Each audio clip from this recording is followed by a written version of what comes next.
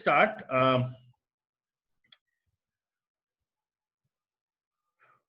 Good evening, ladies and gentlemen. Namaskar. This is Rajiv Soni, your host at Alma Talks, Phir Hindustani. Today, we are joined by Anita Nahal from the US and by Raju Gautam from the UK. We want to ask them how has been their journey over the last 20 to 30 years in a foreign land, and whether their heart still beats for India, is their dil still Hindustani. I'm joined by Tanya, my co-host. Over to you, Tanya. Hello everyone, I'm Tanya Khanna from Delhi Public School, Mathura Road, batch of 2008. I am a finance professional working for a leading IT firm in Delhi.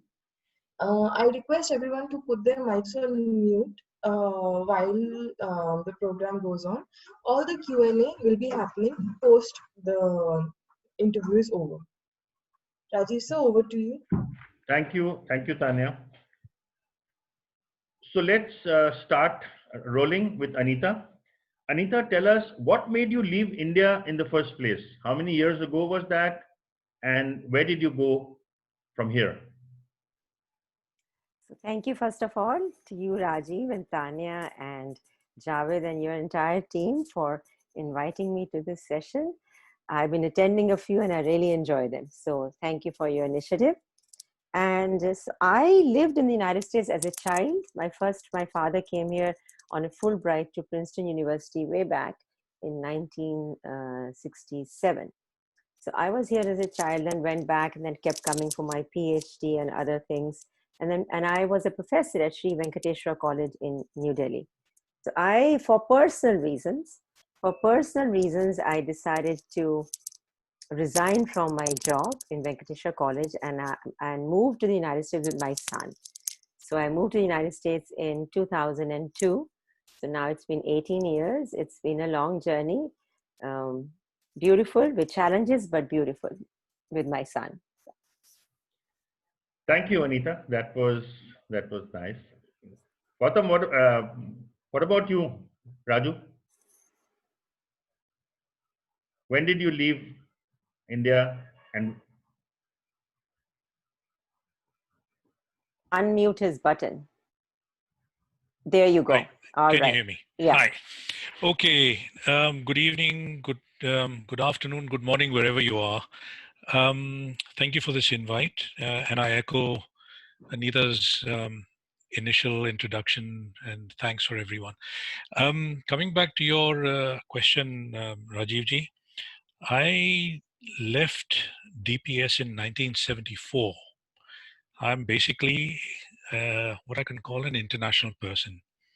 I was born and brought up in a little country called Malawi, which is in Africa.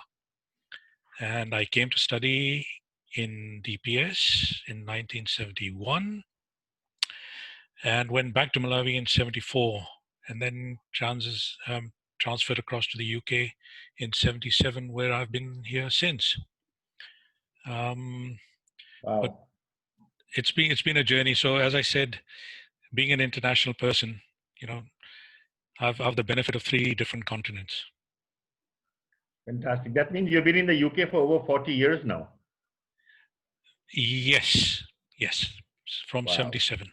That's a really long time. Yeah.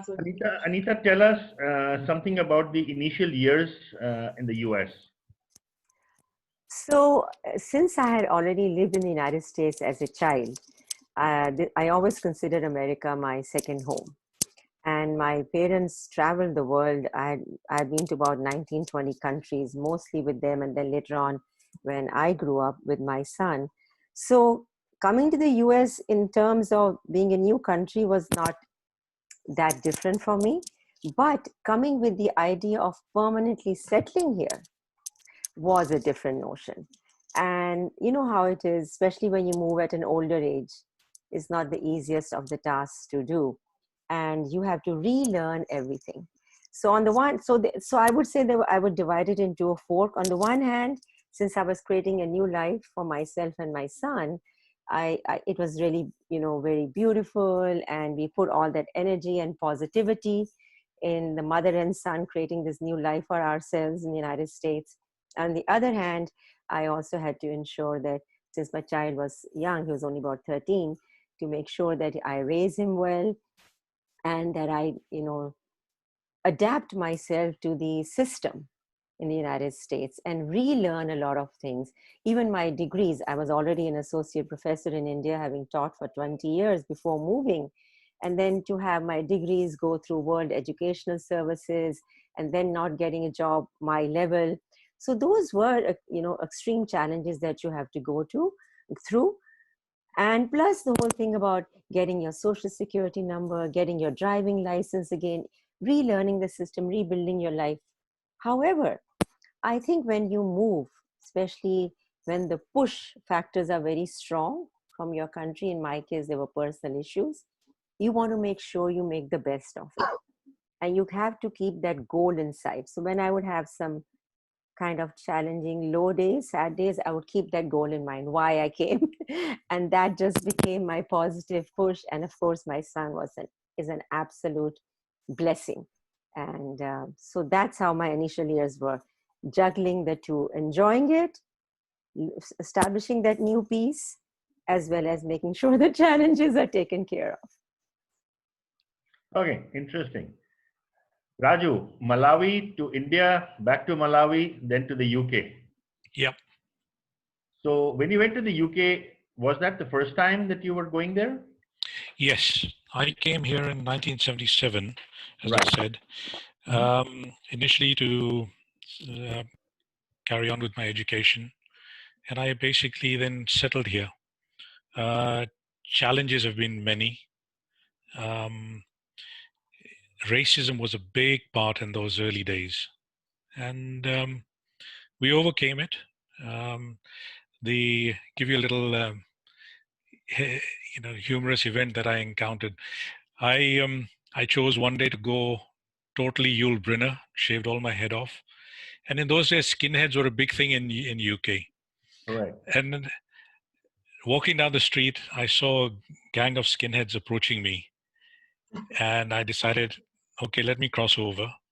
And upon seeing me with my skinhead, they duly, raised their arms and waved at me and called me, "Hi, brother, how you doing?" And I said, "Well, okay, this is a positive for me, and that's it." So subsequently, I've gone all, I've maintained that link.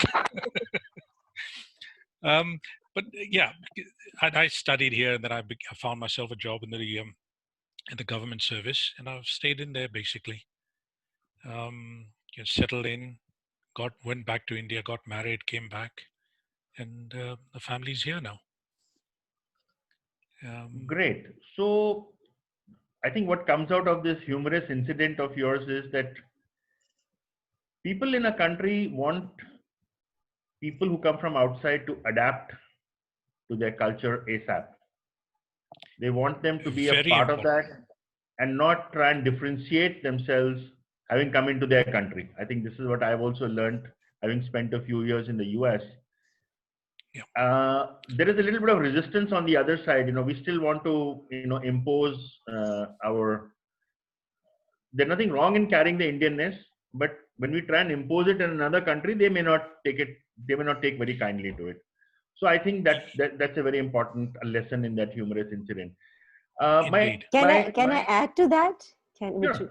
Sure. So sure. I think it's kind of like a dual sword thing. On the one hand, when people choose to go abroad, I genuinely feel that if you're choosing to live abroad, then there are certain elements that you have to, of course, you keep your roots, but that's what grounds you. But to unnecessarily display or fight for it, not display, fight for something which is of your own country, I think then that is what brings the challenge. If you look at it at reverse, if you have someone from different countries coming to India, and we know that Indian authorities are very strict on giving Indian citizenship. It takes years and years to get Indian citizenship. If they were to come there and start proclaiming their personal ideas, whether it's political or religious or cultural, there will be a fallback. So I think when you move to a different country, you have to kind of accept that you're doing it out of choice. Of course, the choice is guided by your needs and personal and professional pushes. But so you have to kind of maintain a balance. I think that is very critical when you're living. You keep something of your roots, but you also adapt. Balance, Otherwise, right. and otherwise you lose out on the new culture, because after all you went abroad. So Correct. you lose out on Indeed. that. Correct. Indeed. Correct. I mean, Yeah. Absolutely correct. I think the key word is balance, Yeah. and which then I'm coming back to you, Gautam, and gee, here, so in the years that you were trying to adapt, and there were certain, unsavory uh, aspects of an environment, as you have just pointed out, um, plus challenges of being in a new country, etc. What can you remember a couple of things that you might have learned, imbibed when you were in India, uh, that stood you in good stead? okay. If I can show a bit of my nationalistic instinct, if I can call it that, Yeah. while studying in DPS and in the history lessons, we learned a lot about the colonialism and how we were how we were ruled and so on. And to some extent, there was a lot of, when you read the incidents of Jallianwala Bagh, for example, the cruelty that was, so that built within me a little bit of aggression, if I can call it that, that little bit of being, very proud and why give in. And having come to the UK, that was always at the back of my mind. And then trying to see how I'm going to integrate and adapt to the local systems and customs and so on. I use that balance of, I know what you did or your ancestors did. Yeah. And I am now in your country to see what I can do. Let us bridge that gap. And to some extent that has happened. I mean, when I look at the 70s and I look at the 20s now, there's a big difference. People have integrated fairly well. There's acceptance. I mean, England's, first national dish is now, chicken curry masala, Right. chicken tikka masala. How much more how much more can we sort of, take over? Right. Because Yeah. And Right. going back to Yeah. a point that Anita ji made earlier on about, you know, getting yourself to be integrated and accepting. I had a very interesting conversation, as I mentioned to you earlier. I was involved in a bit of politics as a liaison officer, and I pointed this out to my chairman that look, I'm an Indian. When I come into the office, I'll behave exactly like you want me to be as a professional. When I walk out of here, I go back to my house. I am who I am. I will wear my clothes. I will speak my language. I will eat my food. I will follow my customs. I will follow my traditions. mm, But if you want me to give those up, then the answer is no. But equally, I will not come into the office and say to you that, hang on, I want a separate bathroom, or I want a separate toilet, or I want a separate changing room so I can follow my customs and proceed. And I said, that's not done. I'm here as a guest of the host country. I chose to Fantastic. come here. You didn't pull me here. Had you pulled me here, then I can make my demands. I chose to come here, so it's incumbent on me to adapt to your way of life, but only once I'm out of my front door and in the office. Otherwise, you have no Right. Yeah. right or rule over me. Correct. I think that's a very And mature, that's a very mature way of looking at things. And I think, people who do that, when they go to other countries, they're able to seamlessly slip into the environment over there, or they are always a fish out of water. I've seen many yes, people, I think, uh, I've seen many people on both sides, and I often wonder, now that you're in a new country, you must try and adapt yourself into this thing rather than trying to constantly, okay. So coming back now to Anita. Anita, can you then tell us, since you spent a large number of your earlier formative years in India, can you recall two personality traits that you imbibe that have stood you in good stead in America, which they say is a world apart. I mean, it's another world altogether. You know. Yeah. Thank you for the question. I have two things to say on that, but first I just want to respond to the point which Raju mentioned, that you have that in your background, your history, your colonialism, and therefore it makes you little, in his case, he used the word aggression. And in my case, I would use the word that I think you don't really forget history. And when I came to the United States, I also imbibed a lot of America's history because I was a professor of American history. My PhD was on US history. My postdoc was on Black women's history. So I'd already imbibed a lot of the racist elements of US society. It's good and positive because every country has positive and negative. Correct. So I Correct. think when I came here and as a woman of color, so, just as sidebar, Kamala Harris has just been elected as the vice president-elect. So she is partially Jamaican, so Black, partially Indian, South Asian. She's a woman of color. And I think it's a great moment of pride for us. That's just a sidebar to say that as a woman of color, as an Indian woman in the United States, I think there's so many layers that you go through about racism. It's the men first, then white men, then black men, then white women, and then you have black women. So brown women kind of can tend to get lost in that conversation. So I'm really happy that with Kamala Harris, our conversation may come to the forefront. But going back to your 2 points, the things that I really imbibed from India, which I kept really deeply focused in my mind, comes from Indian religion.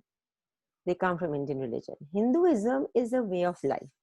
See, it's not a strict religion. I can pray to one God on Monday, another Tuesday, female, male, androgynous, is my wish. I go to the temple, I don't go to the temple. I commit something what I call sin, of course, not morally or legally.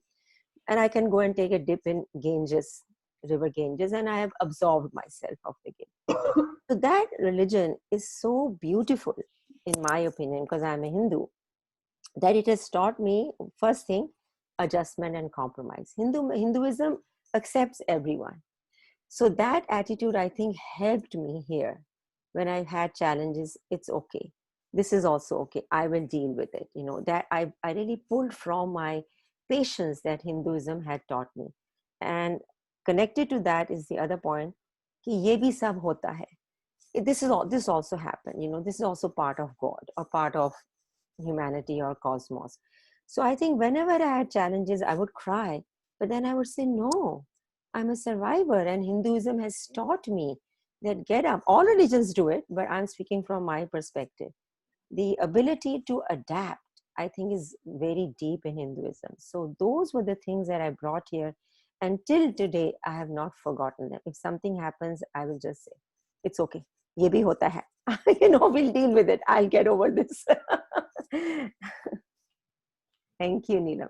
Okay, great. So a question which is kind of related to this, now that you are in an environment where you see a lot of people from different communities, different cultures, different color, um, would you ever think that there were people in India who could learn something in terms of their work habits, in terms of their life existence habits, from people in the Western world? This is for whom first, Rajiv? You, Anita. Oh, okay. Sorry. I think the Western world, one of the most beautiful aspects of Western world in work culture, as you have asked for, is about commitment. And you say you will do something by 4 o'clock, you better get it done by 3:30. So commitment is so high. And then all week, I used to tell my students in India also, I was teaching in Venkateshwara College. I used to tell my students that, you know, sometimes they would miss class.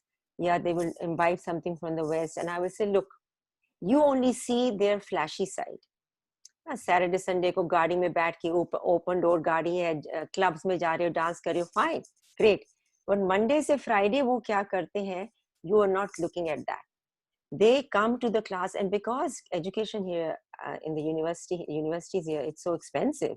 They are paying literally, from their mouth. They have to earn their credits. Each credit is so expensive that you better deliver to them in class.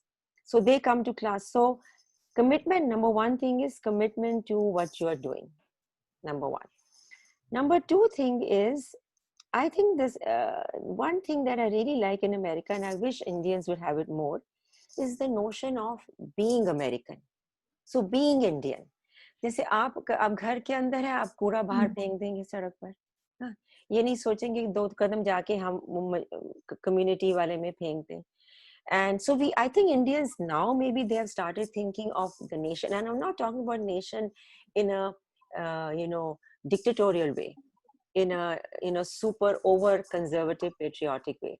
I'm talking about nationalism in the way of keeping our country clean, in the way of making sure that the services are fulfilled. Corruption, daily basic, यहाँ भी corruption है America में, but it's in a huge way, millions of dollars. छोटी छोटी $5, $10 की corruption नहीं होती. So these two things I would say, not to go on to talk, because I can, as a professor, I can go on. One is the commitment, and the other two is the feeling of that. And I feel it now since I became American citizen. And you have to accept whether you want to give up your Indian citizenship, because it's not dual citizenship.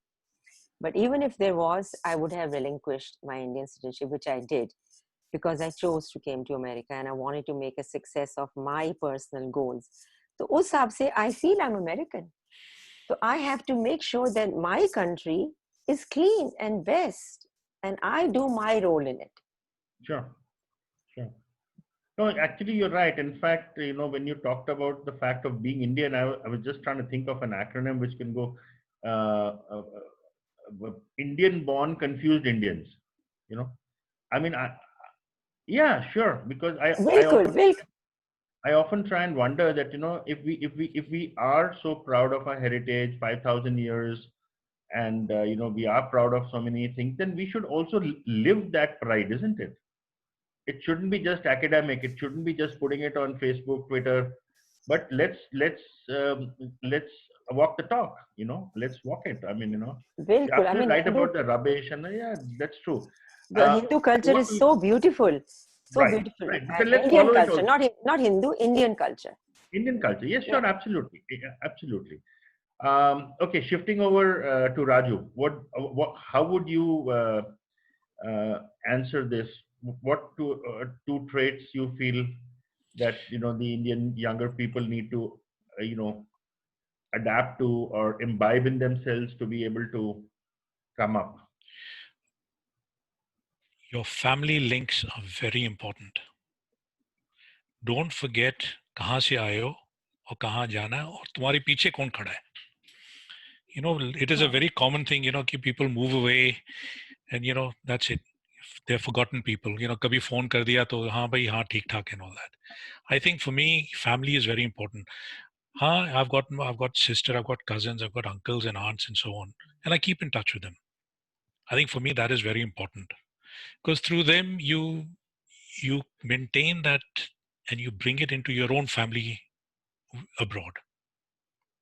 You have to teach your children that although they're born and brought up in a foreign land, their ancestry lies elsewhere, and you must not disconnect with that. Okay, it's not easy, people, it's not easy for people to travel all the time, but we now have the beauty of technology. Look where we are today, talking to each other. Right. And everybody is walking around with a WhatsApp, and it's free. Right. Let's make use of that. So for me, family links are very important. The next thing also, having been in the hostel in Himalaya Hall, I admit I was a very naughty kid. But when you are in a group of boys, you never pointed a finger at anybody else. You were collectively, as a team spirit thi, कि you stuck together. अगर एक को मार पिटेगी तो सबको मार पिटेगी. And that team spirit builds up and you come into the real world. Right. Your work environment. You want to make sure that your colleague, who may be, like you said, Anita ji, if your deadline is 4 o'clock, let's make it 3:30 and let's work together, put it in together and help each other and get it done. So for me, that is the two traits that I really learned upon, and I've used them in daily life. Fantastic. I think if I may say that in some way or the other, it's this particular thing of let's get it done. I think it's prevalent in the 5-6 of us here. See where we started, then where we went, then we almost gave up, then we changed tracks, then suddenly somebody turned and said, okay, hold on, but let's do it today only. And so, this whole aspect of putting one's best foot forward and saying, okay, let's do it together, this is something really wonderful. Okay, so that brings me to a point where I must now invite Tanya, my co-host, who's eagerly waiting to ask you some questions. Tanya, over to you. Thank you, Rajiv. Okay, so my first question is to you, Anita. How often do you come to India, and is it more of work related or more of a leisure activity? Okay. So, as Raju talked about family, uh, when your immediate family connections are still there in India, you keep coming, number one, because your parents are there. That is most important for you. And so for the first 8 years after he moved here, first 6 years, we could not come because I came on a very, not a good visa, it was J1. J1 is a very restrictive visa. You have to get it changed to an H1, but you have to go back to your home country. But I was able to get it changed because there is a provision that if the home country says that you've not committed any crime or not any loans you have any standing against you, they waive that. So I got that waived to J1 to H1. From H1 till we got our green card in 2008. We became citizens in 2013. So 2008 that we did not travel because of that compulsion, that if we go, what if something happens and we cannot come back? So that was the thing. But after 2008, we started going every year to meet my parents for weddings. And then my parents passed. My father passed in 2013. My mother passed in 2015. And we still kept going because my sister is there. The last we were there was in 2018. And now I don't know, with coronavirus, we could have come this year, but coronavirus, I think, is going to determine when we are going to next travel to any part of the world. So mostly we have only come to India for personal reasons, no professional, though I've had a lot of opportunities to work on Indo-US projects in different parts of India. But I think because my push factor was personal, I don't have that connection with India that I can go and start a project there. I would rather not. Only reason I come to India is to meet my family. Anita ji, the more I hear you, the more inspirational I find you. Oh, thank you. Thank you for saying that. You don't know how much that means for me. Thank you for saying that. On a very honest note. Okay, so the next question is, how do you celebrate your major India festivals over there? Me? Yeah. Okay. So very good question. It's challenging. It's challenging to celebrate festivals when there are not too many Indian families around where you live, or your connections are not very strong with Indian families.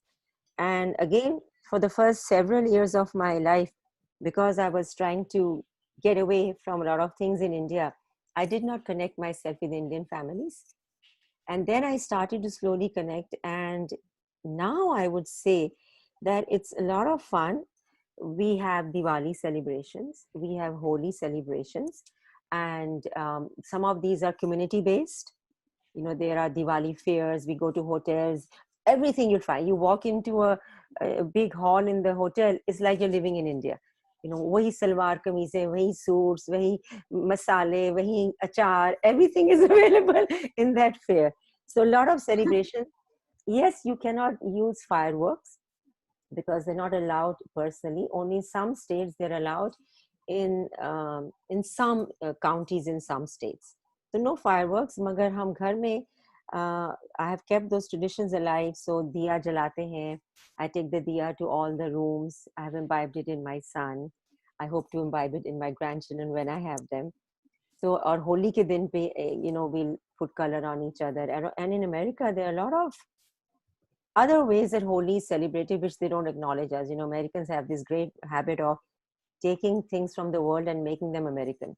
Yes, pizza is Italian, it's not American. Hot dog is German, it's not American. Mago American bana dete. So they have this color run. It's a 5K run in America, which when they're walking, people are throwing color on them. It's part of the run. And not on their page, one place they've acknowledged that this has been taken from Holi, though in personal places they do. So I think that I also keep making sure that I tell people about our events so that they also know my diversity. So it's not just celebrating, but also talking about it, inviting them to our homes. And this year it's been low because of coronavirus. So hopefully next year we'll start it again. Wonderful to hear. Okay, coming over to you, Raju-san. My first question to you is, again, how often do you come to India? And is it more of work-related or leisure activity? Okay, answering it backwards, mine is all leisure. And I come for the last, now how many years have I been coming? Since 2007, I've been coming 2-3 times a year. Chutti mili nahi, ek hafte ke liye bhi chahe, I run back to India. And I only go to Goa. I don't go to Delhi for the simple reason I have got a very short break and I want to make the most of my time. And I find that my time in Goa is best spent because I'm totally relaxed. So much so that I've invested there in a little studio flat. I go in, open it, live. I've going back to the days of Mr. Rajinder Singh, our dope, as we affectionately used to call him. He used to drive a bullet. He used to ride a bullet. And that has stuck with me. So I invested in a bullet as well. So I've got my little Basanti standing at home waiting for me to kickstart her every time I get there. But for this corona, I have not been able to go this year.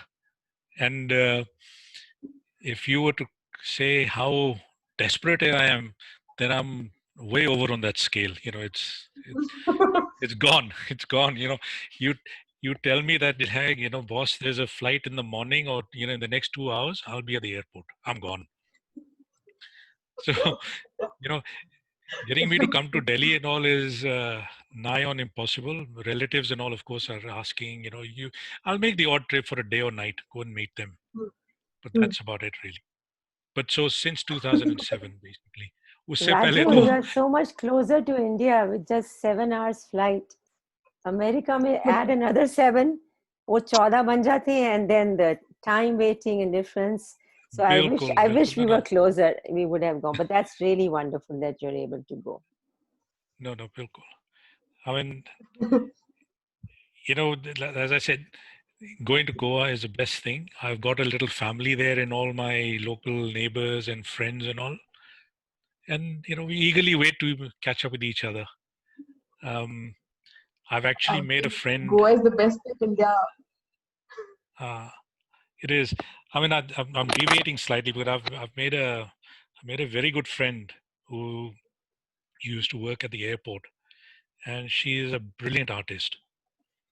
And unfortunately, she got made redundant when Jet collapsed. So, that love of being there, and she'll paint me stuff and show me this is what Goa looks like today and all that. So, my heart is there. Raju आप कोई secrets मत बता देना गोवा नहीं कोई बात नहीं सब पता है अच्छा ठीक है I was intriguingly listening. I said, oh, I don't know when he's going to say something. Clean-hearted, sir. Clean-hearted. It is always, yes, pure-hearted and always good to hear about Goa. Nothing can go wrong with Goa. No. And they're saying, Sasugad, chill. कोई tension ही नहीं है यार, हो जाएगा. You know, here we run around, you know, make sure we meet deadlines and all. वहाँ पहुँचते हैं, अरे यार हो जाएगा, देखी जाएगी, आ जाना बाद में, सेमेस्टर टाइम है अभी, बाद में आना. So it gives you that balance. Yeah. Wonderful. Definitely does. Goa keeps you sane. It does. It does. So. Okay, so coming to my next Yeah. question. Ji. How do you celebrate major Indian festivals over there? Pretty much as Anita ji said, England now has become very cosmopolitan. We celebrate everything. You know, all the festivals are celebrated. I've got a mandir about a mile away from me, and we do all the festivals. Navratri ho, Diwali, Dussehra, everything is celebrated. Diwali, of course, is celebrated with, you know, your personal diyas at home and, you know, patake and all. Mandir mein jaake to, you know, you do whatever, you do your puja and all, come back. Navratri is heavily celebrated here, both, you know, Choti and Badi Navratri. So we attend those when we can. And, you know, Baki ke festival, Dussehra is not that big, but it's done in principle. Holi again, Choti Holi, you know, we'll light a little fire in the mandir and all. And Rang hote hain. So yeah, pretty much everybody, you know, mithaiyan, kapde, vapde, sab exactly like what Anita ji says. Wonderful. And of course, I've you know, and I've introduced, you know, muh mitha karna at work, you know, when it's Diwali time. So they look forward to that. Very Indian thing to do. गोरे लोगों को खिला देते हैं ना, you know, gulab jamun खाओ, मिठाई खाओ, ये क्या है, you know, it's sweet, you know, यहाँ पे तो बहुत लोगों को अच्छा लगता है. हाँ. IT ऑफिसेस में जब बाहर से आते हैं.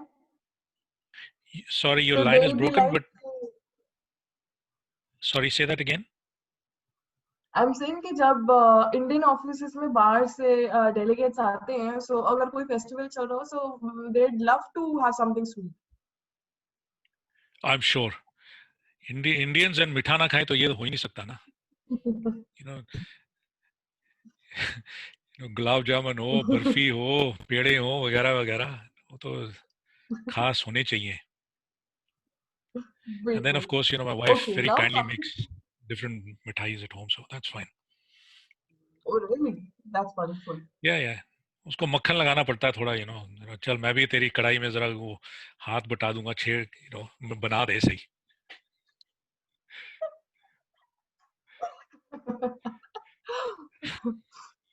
Very nice.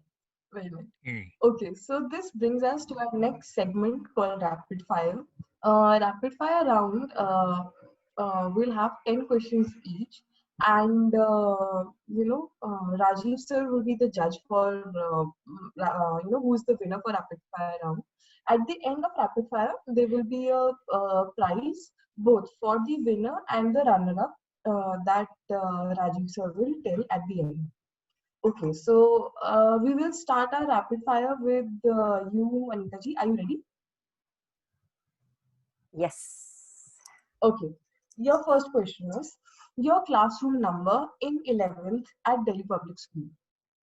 11J. Okay. Your math teacher's first name. Don't remember. Okay. I remember the English teacher's name. Okay, fine.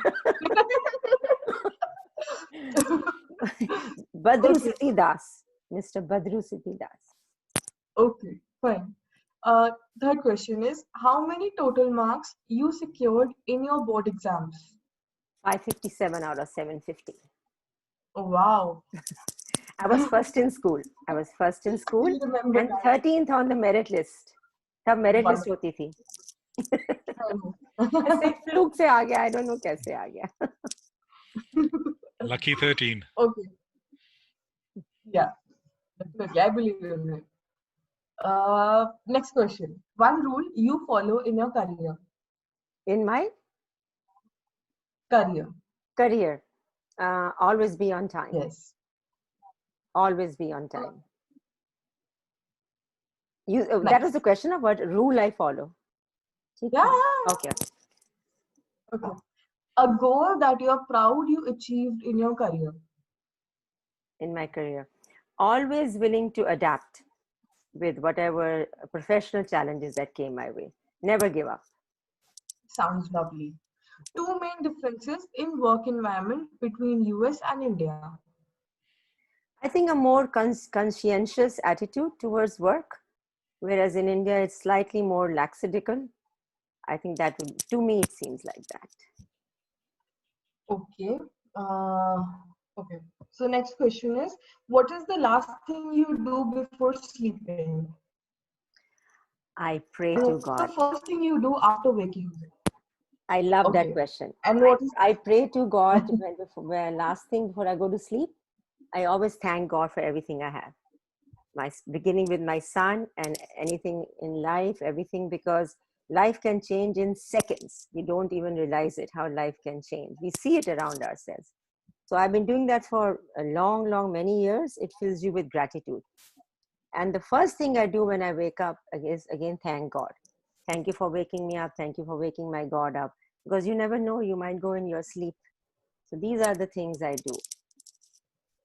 very Sleeping touching? and Okay. Two main differences in day-to-day living between US and India. More neatness around me. So therefore, more desire to, get things doing. When you find neatness around you, less dirt around you, more cleanliness. So I think that's one. And the other day-to-day difference is that the system works. The system works. And if it doesn't work, you can just make a call and it changes in minutes. People will come. Of course, there's a price to pay for it. America is a very materialistic country, but everything costs money. But at least you can get your things done. So those are the two things, that everything seems more neat, more tidy, and number two, things get done. Wonderful. So, second last question is money or fame? Oh, fame. The best thing about fashion is That you don't change yourself to fashion, you change fashion to suit yourself. wonderful. With that, we we come to the end of rapid fire with you. And Rajiv sir already has the score with him. But before we hear the score, we are going to have the rapid fire with you, Rajuji. Are you Oh, ready? sure, go on. Done. Okay, so the first question is your school roll number in Delhi Public School. I can't remember that because I left very early in 7, I can make one up, but I won't. Okay, then it's a pass. Next question. Till the class you studied Hindi, your Hindi teacher's first name. Oh gosh. You can, I take name of. I think Mr. Dubey used to teach us. Okay, wonderful. Then that's the answer now, we think. How many total students were there in your last class at Delhi Public School? I think we were about 27-ish, 27, 30 ke kareeb the. It's quite a big class. Wonderful. So next question is the date you left India to return to Malawi in 1974.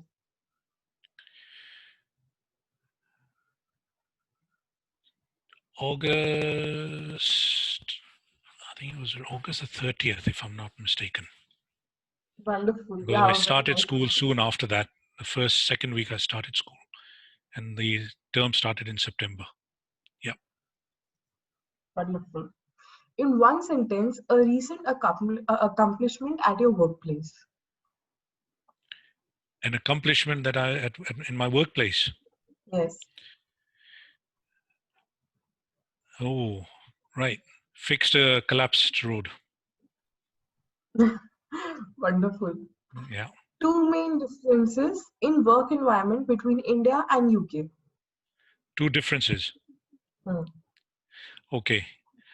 I'll probably echo much of what Anita said. There's that discipline, that hunger.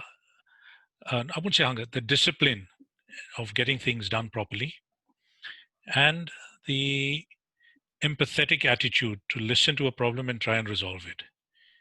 Sadly, in India, nahi uske paas jao, nahi uske paas jao, they'll send you from pillar to post. It happens Yeah. here as well, but not to such an extent. But that is something that we all have to learn, and it'll So true. happen. It'll happen in India, especially with the young It takes generation. time. Once they've seen, with the young generation, they're seeing what happens in the rest of the world. New technologies help coming through, and people are learning. Time lagega, but it'll happen. Yes, definitely. Yeah. Okay. Next question. What is the last thing you do before sleeping? And what is the first thing you do after waking up? Okay, let me reverse it the other way. In the first thing, obviously, I'll have a nice long stretch, and then get on, start preparing for the day, preparing fruit dishes for my parents who live with me. Unka dekhbhal karke, I prepare my day and go off to work. Come back, and my last thing is, before I go to bed, I'll get my book out and I'll read a few chapters, listen to the news, and say thank you very much. And before leaving home, I will have a small prayer for everybody to be safe and sound and in good health. Very touching and wonderful. Okay. Next question is two main differences in day-to-day living between India and UK. Two main differences. I think it's the discipline in doing things. The environment. Yeah. We have a so-called tidy, clean environment around us. India mein to hai nahi. Plus, in places, I'll qualify that. And day-to-day living, I think it's the caring attitude that we have. We want to go and do something, achieve something. Yeah. India, unfortunately, you're in that, let me go and get my work done and come back. You're driven in that. There's so much pressure around you as an individual that your focus is not wide enough to sort of, take in other positives that are around you. And I don't want to be critical of India. My life is still there. So, but we have to change it. We have to change. Okay. So coming to the last two questions now. One thing the pandemic has taught you. The one thing the pandemic has taught me. Yes. Be considerate, be careful, follow the guidelines. Yeah. Don't be a hero. No. I've seen it at a personal level. Yeah. COVID is not something to be laughed at. I'm deviating slightly, and I wish this message is relayed to many. COVID is very dangerous. People say it's only like a flu and all. No, it isn't. I have lost a colleague through Really? COVID. Yeah, and it's very unpleasant. My own cousin and his wife, who are both doctors, have suffered it and survived it. Thank God. And it's very unpleasant. So please, agar kaha gaya ki wear your mask, wash your hands, be clean, do it. There is some logic behind it. Okay. So I end my message on that. Stay safe, stay well. Message received. Mm. Okay. One last question. Beaches or mountains? Gosh, you got me there. Beach because I love Goa, but mountains to relax. So I'll go with beaches because I can chill out and I can enjoy it. Wonderful. Okay, so with that, the rapid fire round ends. And before, Rajiv ji tells us the score, I would like to tell that both winner and the runner-up will get the prize, and the prize is a bouquet of flowers sent to your loved ones here in India, in Hindustan. You can tell us the address, and we'll get it delivered. Okay. Can I jump in there and make a Yeah, request? yeah. The cost of buying the bouquet, I don't know how much it is, but could that be given to a charity for me, please? Yes, definitely. I can I send I think can send you Rajiv will be the I can final send you say the on details that. separately. I'd rather किसी के काम आए as opposed to a flower. Don't get me wrong. The thought is beautiful, but the money that you're going to spend, let's spend it on somebody's benefit. That's the way I look at it. Wonderful. Done. Done. Thank Done. you. Done. Okay, now Rajiv, can you tell us the score? So I was just keeping a tally. The number of questions not really answered by Anita was 1, and the iffy situation with Rajuji is about 2 or 3, I think, So even if we convert the iffy 3s into 2 no's, so that's 2 not answered. So yeah, Tanya, you always put me into these very difficult situations where she takes away all the accolades, and when it becomes when the going gets tough, she pushes it onto Rajiv, says, okay, you handle it, boss. So yeah, you know. So of course, so by that logic, we'll say that Anita is the winner and Raju is the runners-up. Excellent choice. Wonderful. Okay, all right. Both of them have done such wonderful, and when I was listening to Anita ji's answers, I was feeling so inspired, and I was like, salute to this woman. And when I was listening to Raju ji's answers, I mean, everything was so heart set, and especially about the pandemic that you said, I can totally relate to it, and really wonderful messages, both. Thank you. Thank you. Thank you. Okay, Rajesh sir, over to you. Okay, all right. Okay, thanks. So what we'll do is quick run on just two more questions before we call it a day.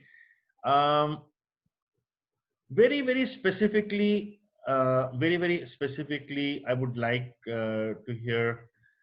We would like to hear. The audience would like to hear. Later on, the people on YouTube probably would like to hear.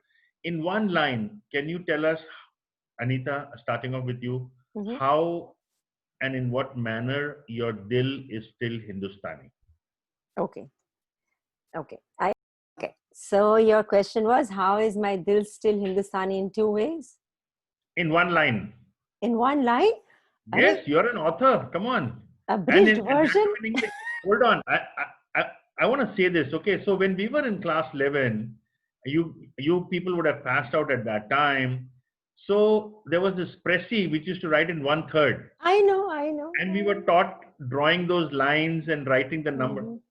So in one line, Anita, tell us in one line how your dil is still Hindustani.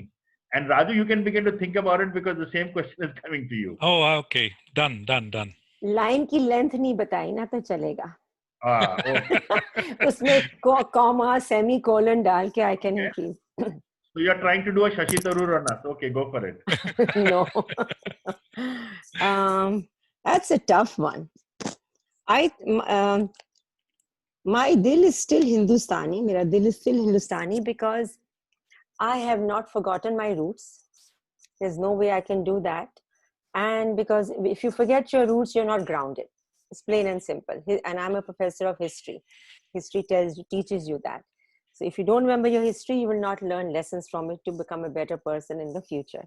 And so I carry on my dil in Hindustani through my language, and made sure that my son, of course, he knows Punjabi, English, Hindi, both. And he, whether it's watching movies or culture or religion, try to be part of it, try to get it going.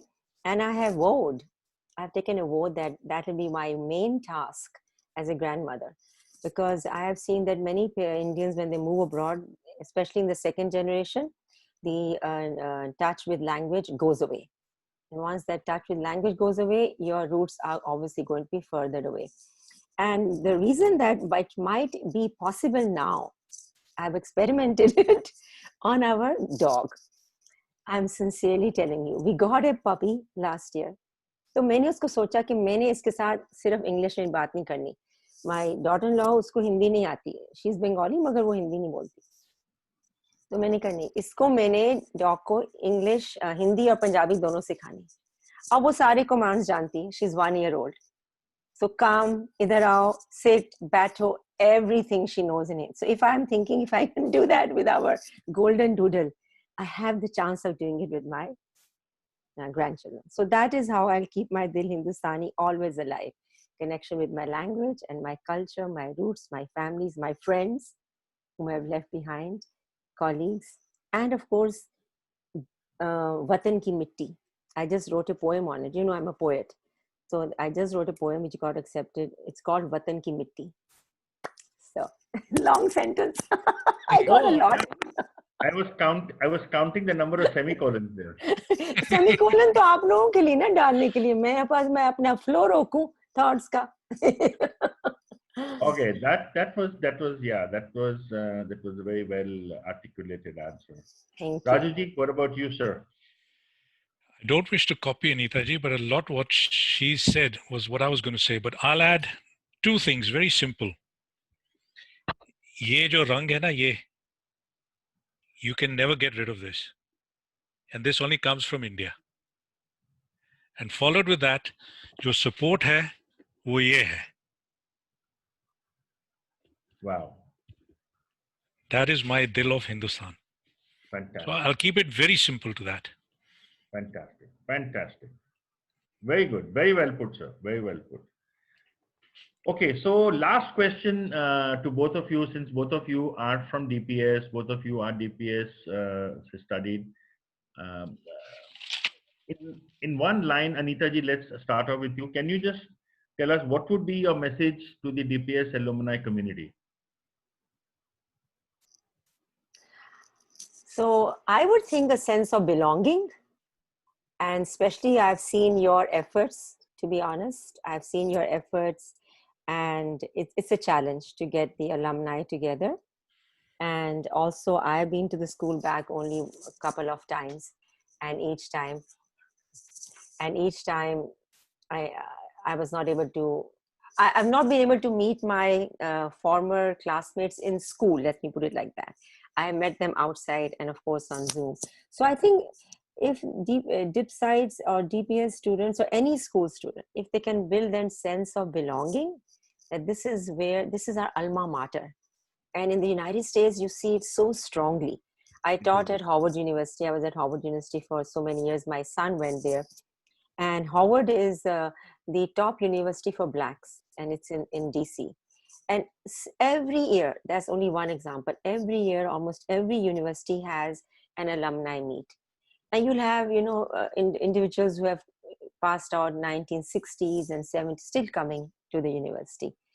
So that is, I would say, that build on that, what you had in your school, because, just as sororities and fraternities hoti hai na, right, and clubs hote hain. Why we join these clubs? We join them to build a sense of communion, a sense of friendship, sisterhood, brotherhood. And they come in our help in our life.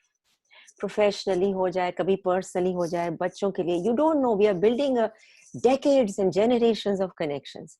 So I would say start at that school level and start that belonging and, sense of communion there, and then keep it going in your alumni. Great. Thank you. That was again very well said. What about you, Rajuji? What would you have to say to this? At the risk of sounding a bit boring, but be together, be united, and wherever you are, wherever you can be, get in touch. कहीं ना कहीं तुम्हारे connection बन जाएंगे. I'll give you a small example here. I have a mutual friend, and I was looking on his Facebook page, and this name popped up, Rajiv Batra, who I think you know, Rajiv. And it rang a bell. I looked up his profile on Facebook, and it said DPS. I got in touch with him. I said, listen, I'm also X, and were you so-and-so? And we connected straight away. And I was in Delhi for literally a day or so last year. I rang him up. I said, I'm here, and I'm leaving this evening. I'm just calling you up. He made the effort of coming right across Delhi just to show his face, give us a hug. And that to me that said volumes. And I think that is something that we can all build upon. Right. We don't want anything from each other. पैसा वैसा कुछ नहीं चाहिए. ठीक है, if you see a fellow in trouble and you can assist, why not? But be united, be happy, and be helpful. And you never know, कहीं ना कहीं यार मिलेंगे तो जफ्फी, जादू की जफ्फी लगाएंगे. I see Neelam ji giving a big smile. लगता है यार तुम we'll meet somewhere, जादू की जफ्फी जरूर पड़ेगी. Wonderful. Yeah, no, absolutely. I endorse the sentiment, which you are sharing. So I think with that, I would say that we come to the end of this episode. 19 episodes so far, and we hope to get many more. I will make just one request, both to Anita and to you and to others. If you know of people around the globe whom you feel would like to come and share their thoughts here, please do connect us with them. We will invite them to come over and speak. Now, what we'll do is that we will request the audience to introduce themselves real quick and ask a question if they wish. We'll go alphabetical. So let's see. So we have Nita. Okay, N. Okay, so Nita, you are first. Hey, thanks. Yeah. Nice to see you. Yeah, can you see me? Yep. So hi, both of you, Raju and Anita. Anita and I go back, God knows, how many decades and fathers, whatever. So, but such a pleasure to see you guys here. Lovely session. So I'm sitting on my terrace by myself because the family is out. So this is the nip in the air and just enjoying. And it's I just beautiful. Your I just got a hot pizza. So I would love to share it with you. Anyway, it was a lovely session, both of you so peppy, and it was as if we are sitting around, around the fire and chatting away. So thank you, Rajiv, Soni, for, thinking of this endeavor, this activity, and keep it going. Yes. And let's keep in touch, Raju, Anita. Sure. Pizza कह दिया तो मैं आ रहा हूँ बस, कोई बात नहीं. Ajo, mustard bhi hai, honey mustard. so loads of love to both of you, and keep doing well and keep representing India with ye mera Bharat. Bilkul. And I love the lights you have on there, Anita. Well, so we just put it up so to welcoming. Brighten up the gloom at home. I know. My nephew's wife's birthday, so she refused to celebrate. We said no. Papa wouldn't want any gloom in the house, so we Very did it nice. up for. That's right. So, and a hug to you, Anita, and Raju, you too, Anita. That was a very lovely gesture. I think fathers must be watching from above. Yes, of course. I'm sure they are, and blessing you. Yeah. And I also wanted to say that I want you to tell others about you. You didn't actually tell what you're doing. You're a professor, so you didn't tell them. Okay. Well, guys, I'm a historian, very much like Anita. We are just, she was a senior by a year. So, the association is not through DADS, but our own through DPS. And then, do you remember, Anita, I ran into you in MA outside the classroom. You were in final. Absolutely, I absolutely. was I in, remember. previous. I remember Yeah. that so Yeah, distinctly. me too. So, Me too. and then Facebook Baba Zindabad. We rediscovered ourselves on Facebook, and now WhatsApp, and now Zoom, and what have you. And guys, she's doing chair yoga. You must join her session. She is so good. Trust you, me. Yeah, sure, So, everyone. Thank you, Nita. If anyone wants to join, yeah, I of can send course. the link. I don't know how to send the link, but Post it on the alumni page on Facebook. okay, I'll do That that. should And reach everybody. Yeah, okay, and every yeah, Saturday I do it for half an hour. It's free. Chair yoga is an adaptation of mat yoga. yeah, yeah. Yeah, and I do it. Started doing it when pandemic started. I was doing it before at assisted living homes, but I started doing it on Zoom because I thought we're all sitting at home, we're getting depressed, sad for various reasons. Even though Yeah, we are blessed, my son works from I home, my know, daughter-in-law, so I love know. that. But it might help Right, all of us. So I will right, share right. information. And you still forgot Absolutely. to tell Nita that you're a professor at. Give your college name. Well, I am an associate professor of history at Delhi University. My college is Shaheed Bhagat Singh College, South Delhi, and I live in Noida right now. But my best and formative years were on the campus where I lived in Hindu College. So great fun and great growing up experience, because the campus was bliss at that time. No mara-mari of the traffic and what have you. And, all the festival bars, just hop in and hop out. So those were the beautiful years. Weren't they, Anita? Yes, of course. So yeah, thank you. Thank you so much. And Anita, I talked to your publisher the other day, Narendra Kumar, who brought out that outline of American history. Oh, okay. We will talk Yeah, about that offline. I want to know. we will. Okay. Well, bye guys, and Thank you. take good care and stay blessed. Bye bye. Thank you. You too. Thank Take care. you. Thank you. Thank you. Bye bye. Bye. So nice to have you. Okay, Neelam, introduce yourself and any questions? You're on mute. You're on mute. Yeah. I think Hi. it was a beautiful program. Handled your, especially your Goa visits and your, beautiful bike story. I just loved it, I would say. Such a wonderful, and your patriotism, which is really alarming, really alarming. And Okay. इतना अच्छा लगा, सुन के इतनी मोहब्बत लगी तुम में, जो कि एक बड़ी unusual बात है men में, being so emotional, you are actually a very emotional guy, which I I am. loved it. Good. So anytime we bump into each other in India, it would be a pleasure. My Whenever pleasure. next when you come, it will be a pleasure. Sure. And you, Anita, I think I just loved your, the adaptability you had, going on a visa, then converting it, then struggling and getting into, your work, and that shows your competence. That you really have the vigor and the vitality to, grow in life and make yourself successful. Thank So you. I think it's an eye opener for every woman, especially in India, that sky is the limit. If you really want to do something, you can actually do it. So it has Thank been, you. I think it's a wonderful program, and Rajiv, of course, is doing wonders in this because he's so natural, which I love, So it's great to have you guys on board. So thank you very much for coming in and Thank making it a wonderful.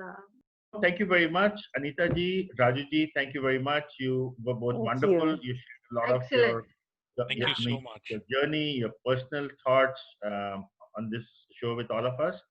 And please do recommend the show to other DPS alumni, and we'd be happy to have them here with us.